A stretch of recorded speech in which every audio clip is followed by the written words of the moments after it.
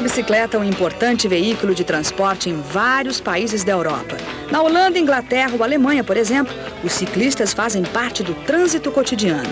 Neste capítulo, vamos saber como estes países conseguiram conviver harmoniosamente, automóveis e bicicletas, mesmo pelas ruas das grandes cidades. Vamos conhecer também as mais novas formas de bicicleta, como a bicicleta voadora ou a que anda sobre a água.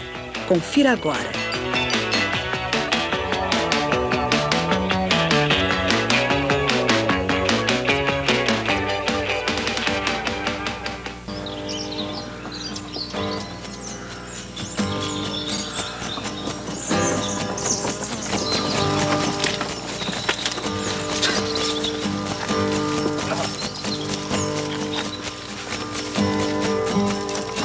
No curso de uma semana, ao pé das Black Mountains, no país de Gales, estes jovens aprendem a pedalar em terreno acidentado.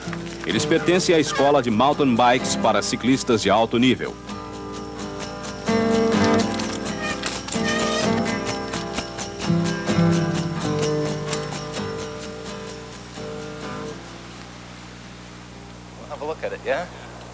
Tim e Phil, os dois coordenadores do curso, estão escolhendo um novo percurso de testes.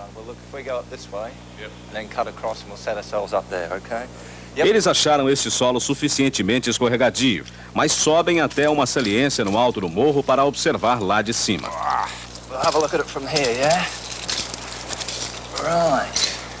É provável que as ovelhas se espantem ao ver pessoas subindo a montanha de bicicleta. Tim e Phil resolvem experimentar. O cascalho solto é perigoso e a descida é difícil.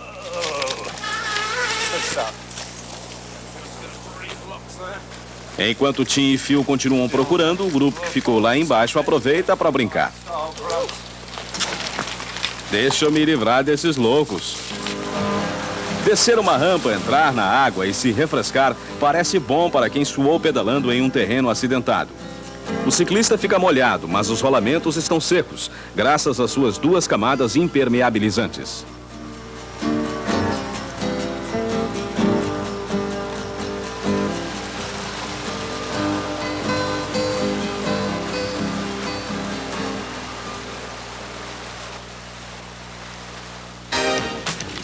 Este treinamento de mountain bikes nas montanhas do país de Gales pode parecer uma moleza comparado ao percurso BMX. Aqui tudo é bem diferente.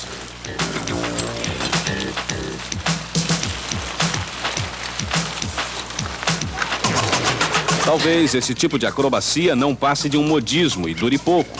Nasceu de uma ideia dos estrategistas que operam no mercado ainda não saturado das bicicletas. Um ponto, no entanto, é inquestionável.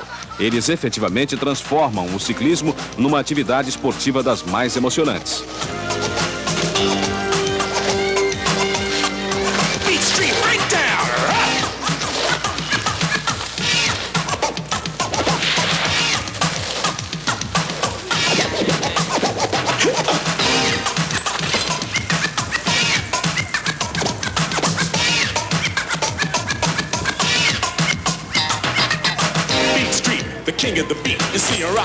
Quem não sabe, fica chupando o dedo.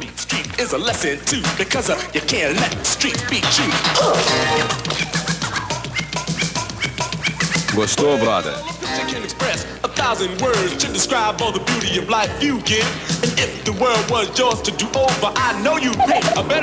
Garoto bom.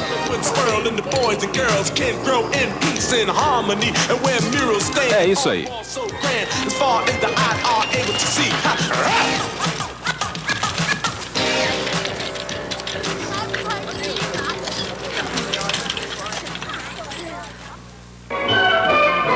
Mas vamos até outros tempos, conhecer outros perigos e também uma forma diferente de andar de bicicleta.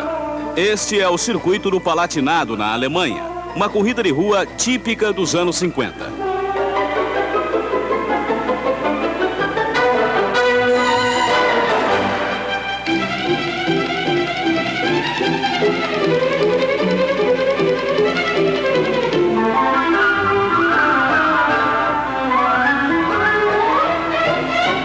Naquela época, a televisão ainda engatinhava. Quem quisesse assistir às corridas tinha de ir pessoalmente ao local onde ela se realizava.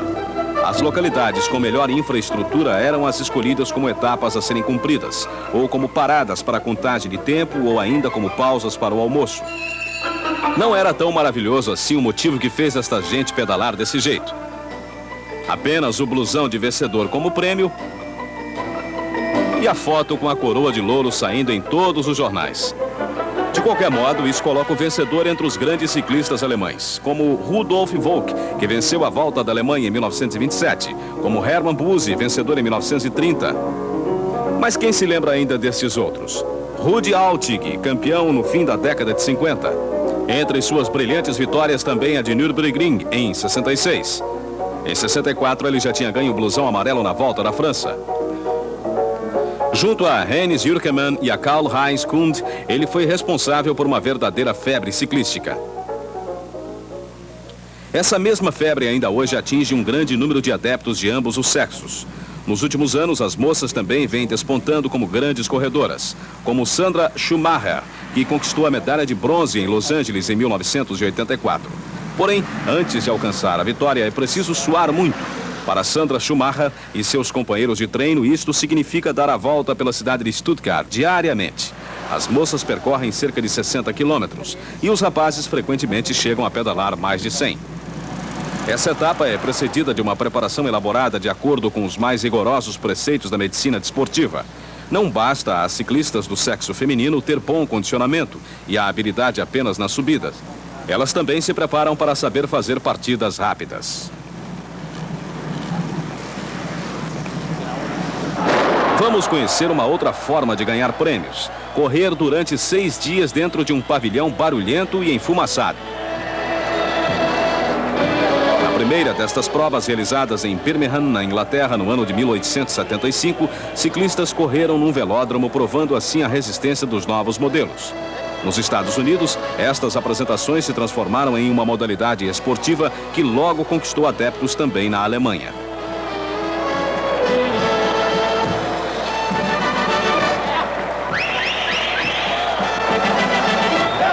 A corrida de 6 dias realizada em Berlim, no Palácio de Esportes, ficou famosa. Não faltava a orquestra. –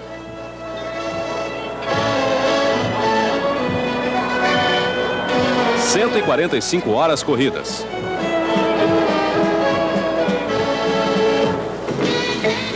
Durante o inverno, a campeã olímpica Sandra Schumacher, aqui de blusão amarelo, também treina no velódromo.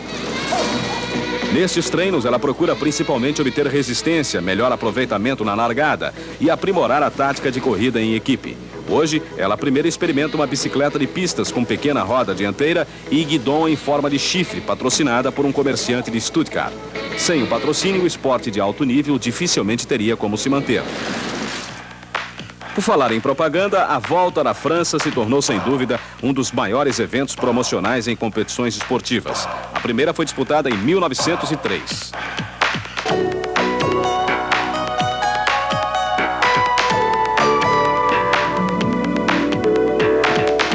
Os corredores eram obrigados a passar por trechos bastante acidentados através dos perigosos desfiladeiros dos Pirineus. Cada corredor só contava consigo próprio. Até um garfo partido tinha de ser consertado por ele mesmo. Tour de France, Tour de France.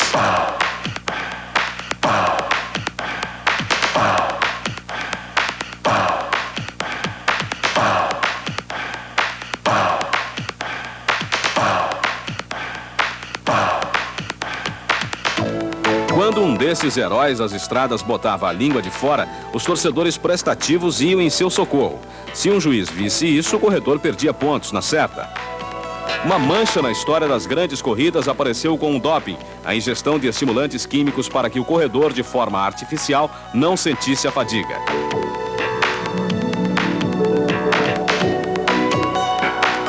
Isso ocorreu, por exemplo, com o inglês Tommy Simpson, para quem a fama chegou de forma trágica em 67, quando o corredor morreu em Mont Ventoux. Apesar do controle ser hoje muito rigoroso, o doping continua sendo um fantasma a cada nova corrida e a imprensa faz disso o seu tema preferido.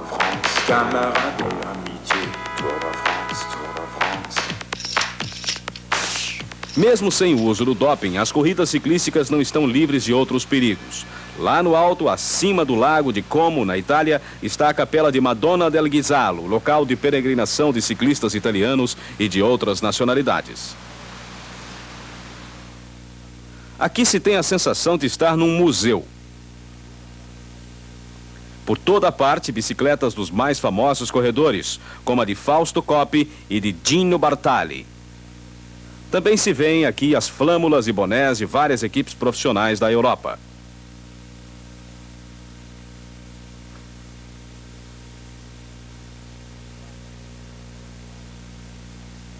O Papa Pio XII, em pessoa, inaugurou a capela como uma homenagem da Igreja à paixão do povo italiano pelo ciclismo.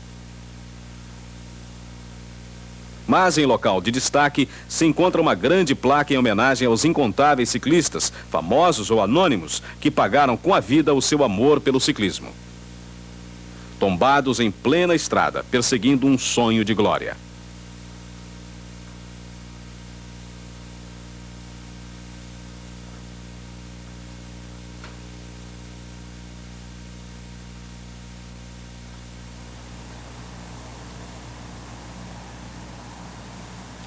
Muitos corredores famosos, no entanto, que sobreviveram ilesos ao seu tempo de glória, construíram uma segunda carreira. Um deles foi Gino Cinelli. Atualmente, seu filho, Andrea, dirige a empresa que Gino fundou. Há cerca de 10 anos, a firma está desenvolvendo projetos de bicicletas de corrida, fabricadas para bater recordes mundiais de resistência. Tudo começou em 1972, com uma bicicleta especial que pela primeira vez levou em consideração a aerodinâmica na construção dos quadros e demais componentes.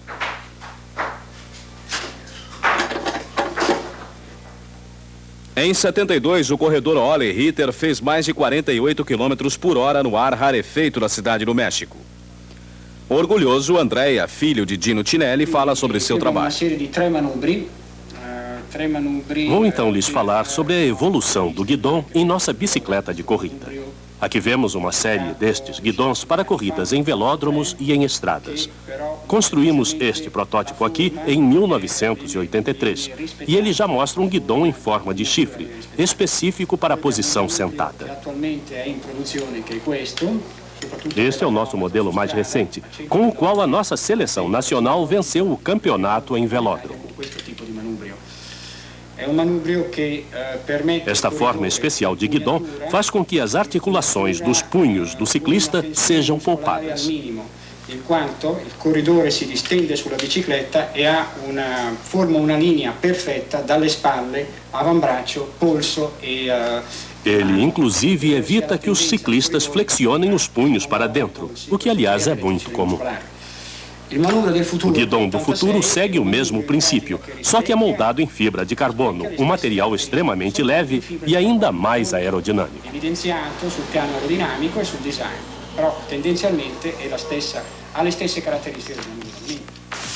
Uma explanação como esta nos leva quase a acreditar que a vitória ou a derrota em uma corrida ciclística depende somente do uso de material apropriado e de um desenho aerodinâmico. Profissionais experientes certamente se sentem atraídos pela sensação de correr em uma bicicleta de alto nível técnico. Eles sabem, no entanto, que se não se dispuserem a despender grandes esforços e dar o melhor de si, não alcançarão a vitória por melhor que seja a bicicleta que dirigem. A personalidade e a força de vontade são requisitos tão importantes quanto uma técnica perfeita. Mas a procura por novos aperfeiçoamentos não para. Ouçamos o que tem a dizer um construtor francês. Estas são bicicletas de corrida para velódromos e para estradas com meu aro especial. Esta aqui para velódromos com rodas de carbono de diferentes tamanhos e pontos de refúgio no tubo horizontal. Este é o mesmo quadro, só que para corridas em ruas e rodas com raios convencionais. De um lado, acho os meus quadros com o tubo horizontal curvo muito estéticos. De outro, eles permitem pouquíssima torção, em virtude do tubo vertical dividido e da pequena distância entre os eixos. Além disto, equipei as duas bicicletas com guidões especiais. Estes guidões não permitem somente a regulagem vertical. Os punhos reguláveis também propiciam ao ciclista um ajuste ideal, o que possibilita que use a empunhadura que mais lhe agrade. Cette articulation de la crosse permet une recherche de position pour le cycliste, pour une position donc dans laquelle il se trouve la mieux et qui correspond à soit une position. Afora isso, ele pode empunhar o cabo tanto na parte superior quanto na inferior, exatamente como nos guidões de bicicletas de corrida comuns. E mais, para as mulheres e para os jovens que têm mãos menores, será muito fácil acionar o freio.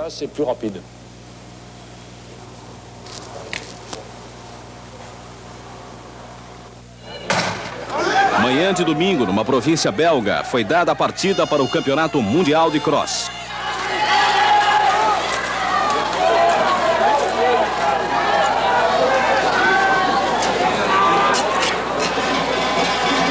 Estamos em janeiro, chove e faz frio, mas mesmo assim os aficionados de vários países da Europa vieram participar do cross. À primeira vista, esta parece uma situação absurda, já que o mais correto seria que a bicicleta carregasse o ciclista, e não o inverso.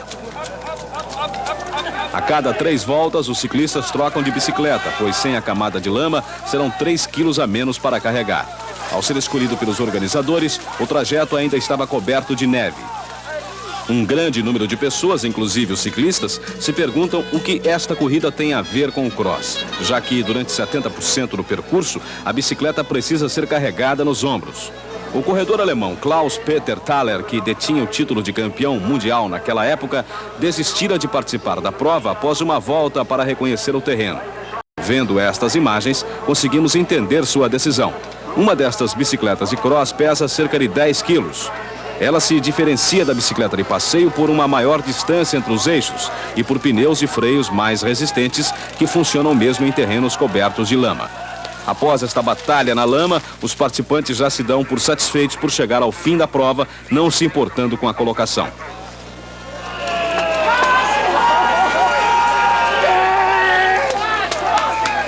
A Bélgica tem tradição em corridas realizadas em terrenos acidentados, mas também é o país de origem de muitos corredores famosos de percursos em estradas, cujos nomes não podem faltar em nenhum arquivo de esportes. Vá-se, Edi, corre, Edi. Estes gritos da torcida são para o corredor que mais vitórias alcançou. Eddy Merckx, que venceu a Volta da França 5 vezes. Atualmente, ele também comercializa o seu nome famoso. Sua empresa constrói e exporta bicicletas especiais para modalidades esportivas incomuns, como o triatlo, que combina natação, ciclismo e corrida, mas naturalmente também é um dos maiores ciclistas profissionais de todos os tempos, que constrói as bicicletas para as equipes profissionais de alto nível da atualidade. Desse modo, Merckx pode aplicar todos os conhecimentos adquiridos em sua vasta experiência. A bicicleta excessivamente leve fará com que se perca muito tempo durante a descida, já que não se poderá correr a toda velocidade. A máquina precisa preencher alguns requisitos. Ela deverá ser o mais leve possível, porém estável. Do contrário, simplesmente se perderá muita força. Além dessas, o senhor constrói bicicletas especiais como a Crono para um fim determinado, leves, mas construídas com um quadro de corrida normal. É isso? Bem, construímos a maioria destas bicicletas com tubos SLX Columbus ou com Super Leve 753 da Reynolds. Mas estas são bicicletas especiais para as corridas de perseguição em pistas. Muitas pessoas aproveitam os fins de semana para passear de bicicleta. Vê-se então nas ruas e estradas desde reluzentes bicicletas de corrida cromadas até velhas e enferrujadas máquinas. Mas terminado o fim de semana, a situação muda. As pessoas voltam a usar os seus carros, em parte por comodidade ou simplesmente porque se sentem mais seguras sobre 4 rodas. A situação muda, no entanto, quando a concorrência entre o carro e a bicicleta é determinada por outros fatores, como, por exemplo, nas universidades de Cambridge e de Oxford, na Inglaterra. Extensas áreas do campus foram transformadas em áreas de tráfego reduzido para automóveis. Aqui as bicicletas têm preferência, porque o deslocamento dos alunos de um instituto para outro é muito mais fácil de bicicleta. Nos locais onde muitos ciclistas transitam, os motoristas dos carros dirigem com mais cuidado. Mas é muito difícil criar ruas com trânsito reduzido de automóveis nos grandes centros urbanos. Neles, os ciclistas precisam ter, além de muita calma e coragem para enfrentar o tráfego intenso, boa dose de criatividade para fugir dele. Em Londres, porém, como vemos nesta rua, os ciclistas podem andar por faixas seletivas, onde o tráfego é menos intenso. Aqui, a calçada é exclusiva dos pedestres. A faixa para ciclistas é uma parte da pista de circulação de veículos. Um modo britânico de os ciclistas terem os mesmos direitos dos demais motoristas e também de serem mais respeitados por eles.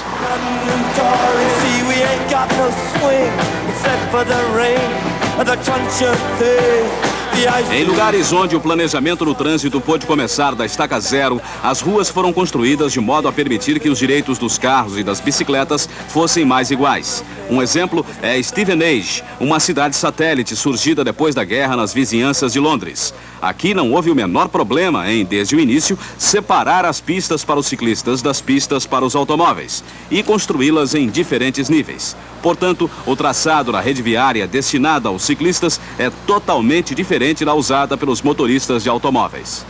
Em verdade, este modelo também apresenta uma falha. Por causa da total separação das pistas, frequentemente, ciclistas e motoristas ficam sem visão uns dos outros. Conclui-se, portanto, que o planejamento por si só não basta para resolver todos os problemas. Também é preciso haver uma mentalidade de ciclismo, como a que existe na Holanda, que é o país número 1 em bicicletas da Europa. Aqui vemos o centro de Amsterdã, durante o rush matinal. Não fossem os fiets, nome dado pelos holandeses às suas bicicletas, nenhum veículo conseguiria andar aqui. A bicicleta acabou por tomar conta do centro de Amsterdã. Aqueles que ainda tentam passar por lá de carro são obrigados a aceitar um trânsito muito lento. O ciclista não tem dificuldade em passar por lugar algum, chega rapidamente ao destino e ainda por cima sempre encontra lugar para estacionar na porta de casa. Na Alemanha foi feito um planejamento de trânsito que incluía espaço para os ciclistas. No início da década de 70, se desenvolveu um projeto em Erlangen, que tinha como objetivo fazer desta uma cidade apropriada para ciclistas. Dois dos aspectos mais importantes deste planejamento foram as vias alternativas, construídas próximas às calçadas da cidade e pistas separadas no centro. Atualmente, a rede viária para bicicletas já tem uma extensão de mais de 200 quilômetros. Hoje, em Erlangen, o uso da bicicleta é 2 vezes maior do que era há 10 anos. A experiência provou que o êxito disso será tão maior quanto maior for o número de jovens que usarem a bicicleta. Se eles tiverem com ela mais alegrias do que frustrações, serão maiores as possibilidades de eles, no futuro, optarem pela bicicleta como alternativa ou como substituto para o automóvel. Quem quiser tornar o ciclismo atraente também na cidade, não pode esquecer o trânsito muito lento que vai enfrentar. Este é um estacionamento para bicicletas em Erlangen, que apesar de contar com dispositivos de segurança, é grátis. Em outros lugares, os estacionamentos costumam ser bem menos seguros do que este.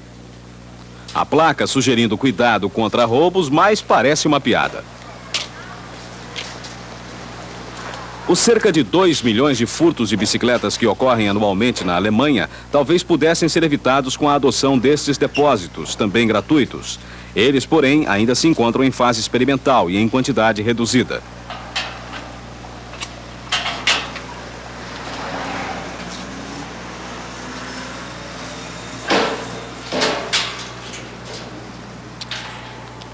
Para poder contar com uma proteção como essa contra roubos e avarias causadas pela exposição ao ar livre, muitos ciclistas pagariam um bom preço se encontrassem esse cercado à venda. O uso das bicicletas seria muito mais atraente se todos contassem com estacionamentos seguros.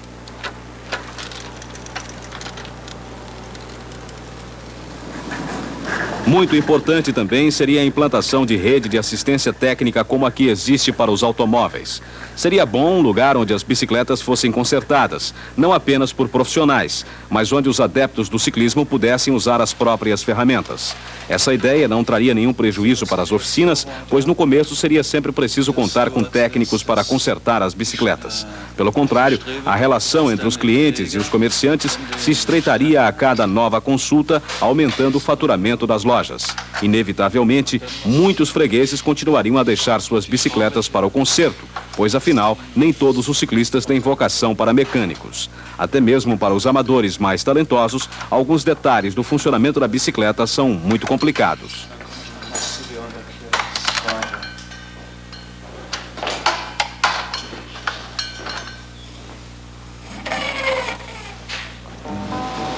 Mas entramos tanto nos detalhes da infraestrutura do ciclismo solidário que quase esquecemos o principal. Como está o ciclismo na atualidade? Como será o seu futuro?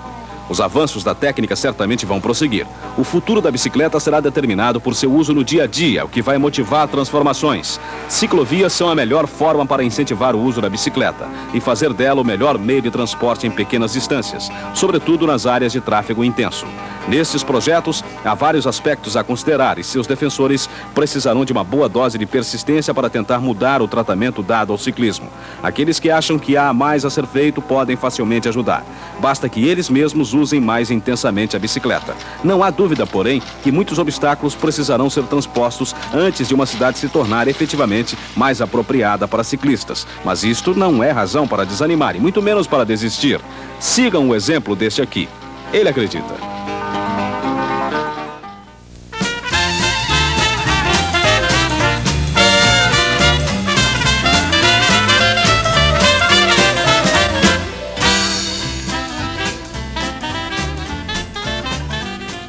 Estamos na era de comemoração de 200 anos da bicicleta.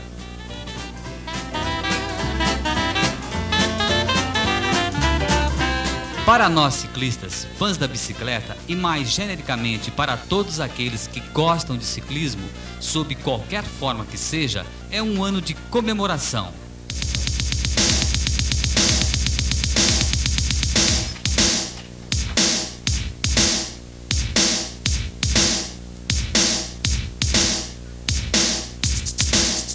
Já se passaram 200 anos e está comprovado que a bicicleta é o meio de transporte mais simples que existe. Individual, independente, um meio de locomoção mais rápido que o próprio passo. E a energia do corpo levando você a qualquer parte do planeta. Basta estar bem preparado fisicamente e boa viagem. Não importa a modalidade que você pratica. Todos nós pedaladores praticamos bicicleta. Ela não é um símbolo sexual ou outro, nem uma máquina, porém ela exerce uma atração muito grande sobre as pessoas, da criança ao veterano, contrariando as regras da natureza. A bicicleta, a cada ano que passa, fica cada vez mais nova e mais bonita. É a tecnologia, é a evolução, é o progresso.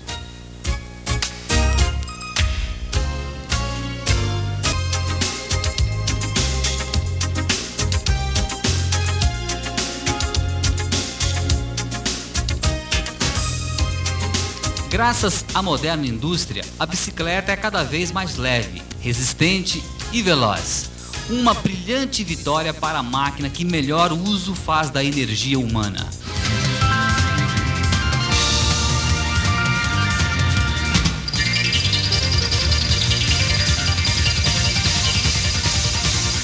Depois de pedalar 90 horas, 43 minutos e 20 segundos, o americano Greg LeMond o ano passado venceu pela terceira vez o Tour de France, uma das maiores provas ciclísticas do gênero.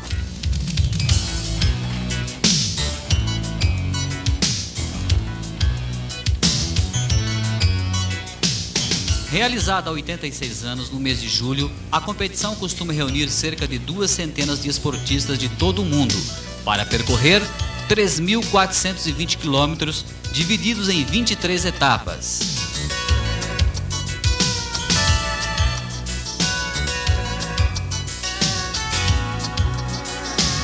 Ganha quem tiver o menor tempo acumulado na soma de todas as fases.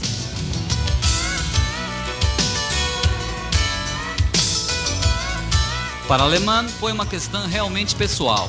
No ano retrasado, sua vitória apenas 8 segundos à frente do favorito, estabeleceu-se um recorde às avessas. Foi a menor diferença de tempo entre os dois primeiros classificados registrada nesta modalidade de corrida. Na verdade, a pequena vantagem deixou margem a que os especialistas do ciclismo atribuíssem o êxito do americano não a seu esforço individual, mas à utilização de um novo aparato destinado a aumentar a aerodinâmica de sua bicicleta, o guidão em U.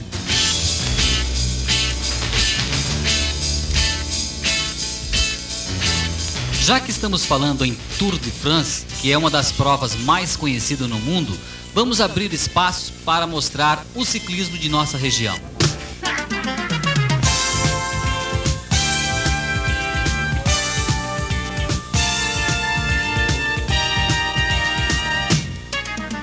A Média Paulista de Ciclismo realiza anualmente o campeonato estadual, onde participam ciclistas de todo o estado de São Paulo.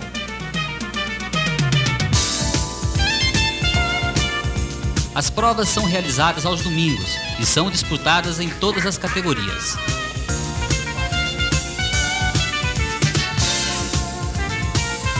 Os ciclistas que participam deste campeonato realizam seus treinamentos antes do período de trabalho ou à noite, pois na maior parte deles não são ciclistas profissionais. Participam do campeonato anual por um simples prazer em pedalar.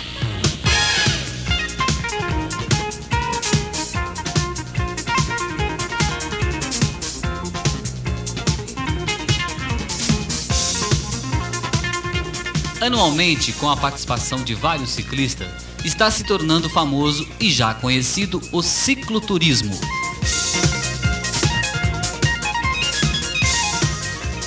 Para começar, lá pelos anos 20, um inventor anônimo mostra sua roda com motor, toda revestida de borracha.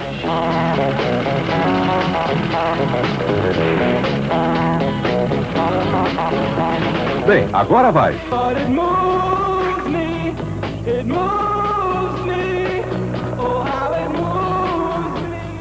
E aqui está outro meio de transporte individual. Só para malucos, é lógico.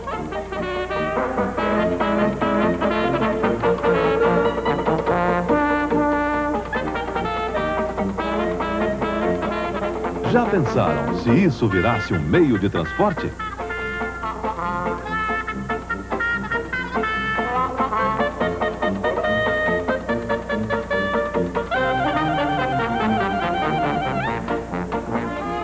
Este veículo é elegante e confortável, mas nenhuma fábrica se interessou por ele.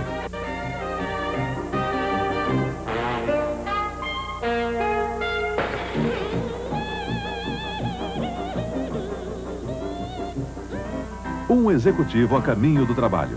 Na verdade, ele está sentado no selim e pedalando um triciclo. Todo mundo se admira. É o progresso.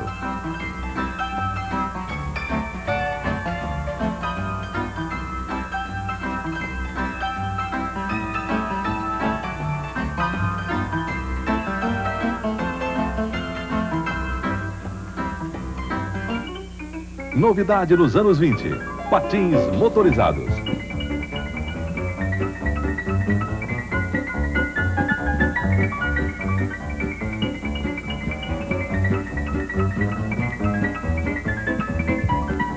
Outro tipo de patins com mini rodas de bicicleta, 2 em cada pé.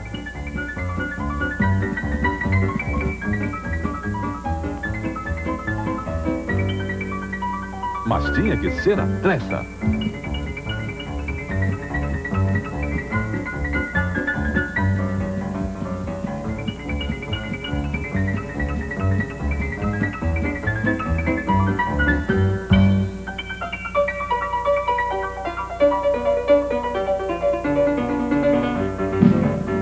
A bicicleta Cabana, contra chuva, poeira e sol forte.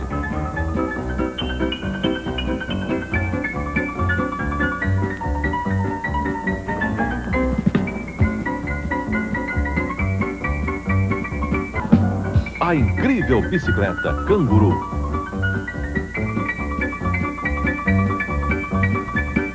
Para ruas esburacadas, a bicicleta patinete, sem pedal, movida pelo sobe e desce do corpo do ciclista.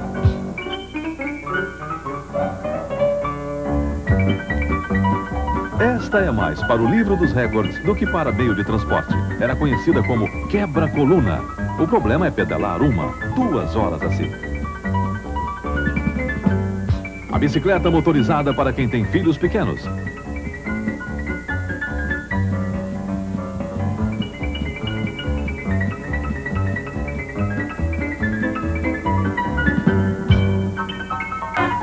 Uma corrida no mínimo curiosa. O avião bicicleta e a bicicleta.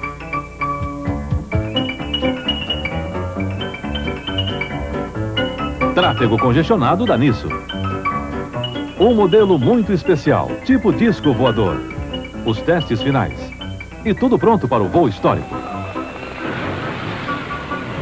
É mais um desastre histórico.